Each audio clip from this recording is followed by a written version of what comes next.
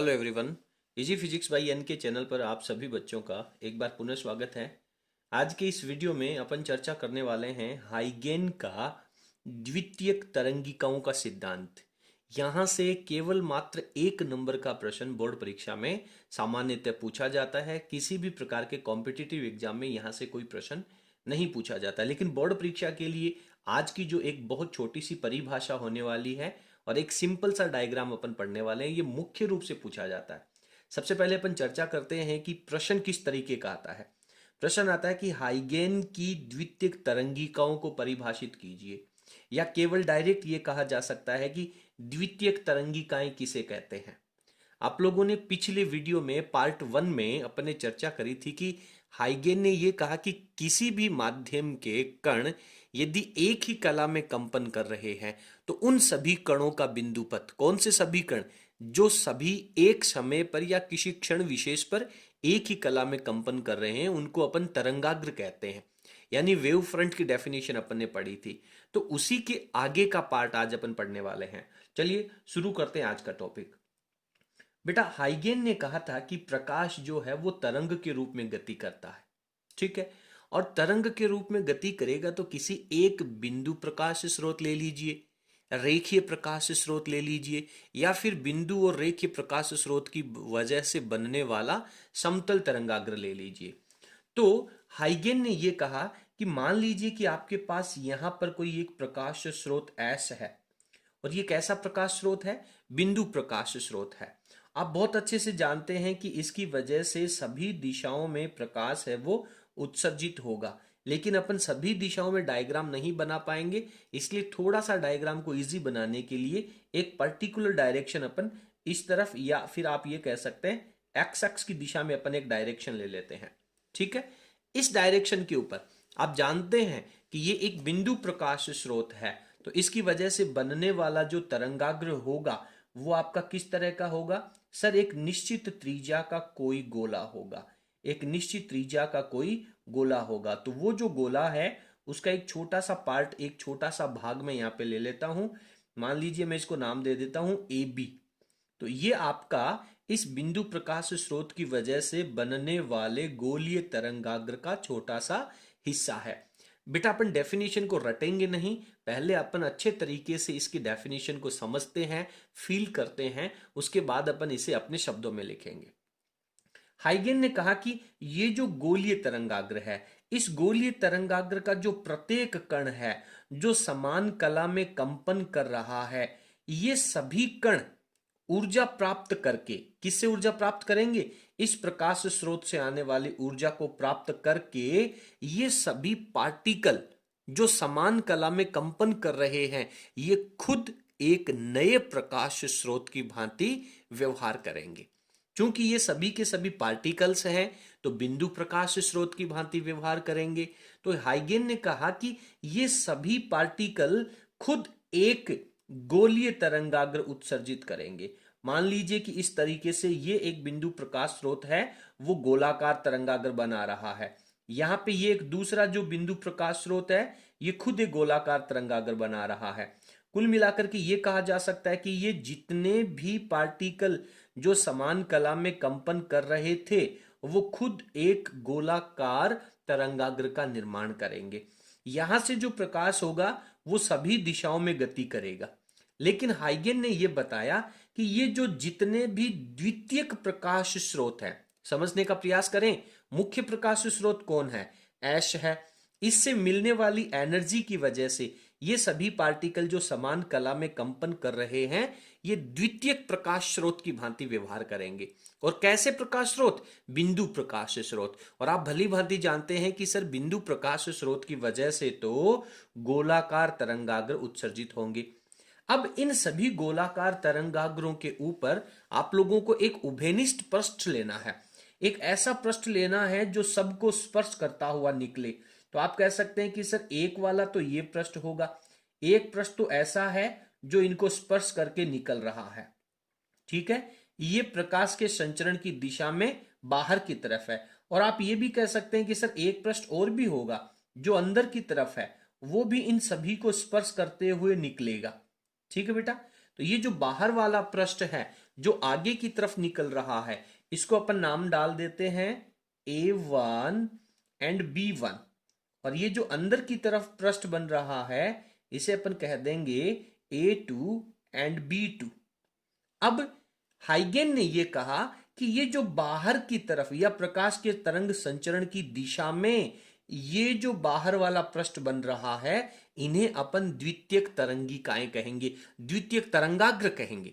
ध्यान देना, द्वितीयक तरंगिकाओं का अर्थ तो है ये पार्टिकल जो द्वितीयक प्रकाश स्रोत बन रहे हैं, और इन प्रकाश स्रोतों की वजह से ये जो गोलाकार तरंगाग्र बन रहा है इसे द्वितीयक तरंगाग्र कहते हैं।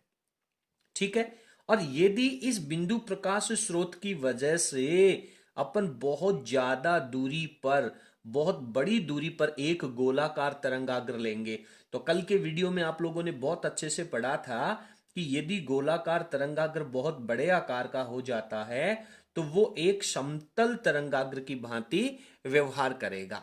तो ये जो द्वितीयक प्रकाश स्रोत हैं, जितने भी पार्टिकल जो इस समतल तरंगाग्र के ऊपर हैं, ये द्वितीयक तरंगिकाएं कहलाएंगी या फिर इन्हें द्वितीयक प्रकाश स्रोत कहेंगे। अगेन ये खुद एक बिंदु प्रकाश स्रोत हैं तो ये गोलाकार तरंगाग्र बनाएंगे। चूंकि ये इस बिंदु प्रकाश स्रोत से बहुत ज्यादा दूरी पर हैं इसलिए ये एक गोलीय तरंगाग्र का ही हिस्सा है जो समतल तरंगाग्र की भांति व्यवहार कर रहा है। और यदि अपन इनके ऊपर अगेन स्पर्श रेखाएं खींचते हुए किसी पृष्ठ का निर्माण करते हैं तो अगेन ये बाहर की तरफ एक पृष्ठ बन सकता है और सर एक अंदर की तरफ पृष्ठ बन सकता है। ठीक है, तो ये जो बीच वाला समतल तरंगाग्र है इसको अपन क्या नाम डालेंगे, AB नाम डालेंगे सर। बाहर की तरफ जो निकल रहा है इसे A1 B1 नाम डालेंगे। जो अंदर की तरफ जा रहा है उसे sir upon A2 and B2 नाम डाल देंगे। लेकिन हाइगेन ने यह कहा कि केवल ये जो बाहर की तरफ बनने वाला पृष्ठ है यही द्वितीयक तरंगाग्र कहलाता है। तो यहां पर हाइगेन के तरंग सिद्धांत का या द्वितीयक तरंगिकाओं का एक बहुत बड़ी कमी अपने सामने नजर आ रही है कि हाइगेन ने इस बात को नहीं बताया कि ये अंदर वाला जो पृष्ठ है वो द्वितीयक तरंगाग्र क्यों नहीं बनेगा। बात समझ में आ रही है। हालांकि हाइगेन ने इस बात को प्रूफ करने के लिए एक लॉजिक भी दिया। हाइगेन ने कहा कि आगे की तरफ, बाहर की तरफ चलने वाली ये जो द्वितीयक तरंगिकाएं हैं इनका आयाम बहुत ज्यादा होता है, और अंदर की तरफ, पीछे की तरफ बनने वाला ये जो तरंगाग्र है इसका आयाम शून्य होता है। हालांकि ये जो कथन है, ये जो सिद्धांत है, उसका प्रूफ हाइगेन नहीं बता सका। ठीक है, तो बोर्ड परीक्षा में अपने से प्रश्न पूछा जाता है कि द्वितीयक तरंगिकाएं या द्वितीयक तरंगाग्र किसे कहते हैं, दैट टाइम डेफिनेटली आप मान करके चलिए कि आप लोगों को ये जो डायग्राम अभी आप लोग अपने सामने कॉपी पे देख रहे हैं, निश्चित रूप से आपको ये डायग्राम बनाना चाहिए। इसके बाद में आप चाहे डेफिनेशन है वो केवल 2 लाइनों की लिखें, 3 लाइनों की लिखें, विशेष महत्व नहीं है। लेकिन जब एग्जामिनर को ये डायग्राम मिल जाएगा तो डेफिनेटली चाहे कितने ही अंक का आपका प्रश्न है आपको पूरे अंक मिलेंगे। चलिए फटाफट आप वीडियो की स्क्रीन को पॉज करके ये जो डायग्राम है वो लिख लीजिए। मैं इसकी डेफिनेशन है वो आप लोगों को लिख देता हूं। तो यहां पर अपन ने द्वितीयक तरंगाग्र या फिर द्वितीयक तरंगिकाओं की परिभाषा लिखने का प्रयास किया है। देखिए कि प्रत्येक प्रकाश स्रोत से, कोई भी प्रकाश स्रोत है, प्रत्येक प्रकाश स्रोत से प्रकाश जो है वो तरंगाग्र के रूप में निकलता है। प्रकाश है वो तरंगाग्र के रूप में निकलता है, ये बात अपन पिछले वीडियो में पढ़ चुके हैं।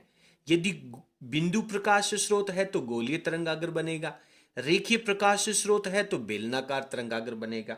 ठीक है, और प्रत्येक तरंगाग्र पर समान कला में कंपन कर रहे पार्टिकल, कोई भी तरंगाग्र ले लीजिए, उसके ऊपर जो पार्टिकल हैं वो समान कला में कंपन करेंगे, क्योंकि तभी तो अपन उसे तरंगाग्र कहने वाले हैं। तो वो जो पार्टिकल हैं वो द्वितीयक प्रकाश स्रोत की भांति कार्य करते हैं। बात समझ में आ रही है। आप मान लीजिए, इस तरह से मान लीजिए कि एक बहुत बड़ी फैक्ट्री है, उस बहुत बड़ी फैक्ट्री का केवल एक मालिक है, और वो जो मालिक है वो अपने से नीचे मान लीजिए 10 असिस्टेंट रखता है। तो वो जो 10 के 10 असिस्टेंट हैं वो उस मालिक के बाद अपने आप को खुद मालिक समझते हैं, ठीक है। और वो फिर ऐसा फील करते हैं जैसे उनकी सबकी अलग अलग फैक्ट्री चल रही है, यानी वो सभी पार्टिकल हैं वो खुद एक प्रकाश स्रोत की भांति व्यवहार करेंगे, ठीक है। और इन द्वितीयक प्रकाश स्रोत की भांति व्यवहार करते हैं। इनसे बनने वाले गोलीय तरंगाग्र, आप जानते हैं कि बिंदु प्रकाश स्रोत है तो डेफिनेटली इनकी वजह से गोलीय तरंगाग्र बनेंगे। तो गोलीय तरंगाग्र पर आगे की दिशा में स्पर्शी पृष्ठ अगर कोई खींचा जाए, केवल बाहर वाली दिशा में कोई स्पर्शी पृष्ठ खींचा जाए तो उसे अपन द्वितीयक तरंगाग्र कहते हैं। आप लिख सकते हैं कि इस सिद्धांत की सबसे बड़ी कमी यह है कि हाइगेन इस बात को सत्यापित नहीं कर सका कि पीछे की दिशा में चलने वाले जो तरंगाग्र हैं वो द्वितीयक तरंगाग्र क्यों नहीं लिए जाते हैं, ठीक है। हालांकि इसकी कमी है, वो कभी भी परीक्षा में पूछी नहीं गई है। तो इस 1 नंबर की परिभाषा को आप लोग बहुत अच्छे तरीके से तैयार करेंगे। उम्मीद करता हूं कि आप लोगों को आज की जो डेफिनेशन है वो बहुत अच्छे तरीके से तैयार हो गई होगी। यदि आपको हमारा वीडियो पसंद आया हो तो प्लीज वीडियो को लाइक करें और इसे अपने सभी फ्रेंड्स तक शेयर करें। बहुत बहुत धन्यवाद। Thank you.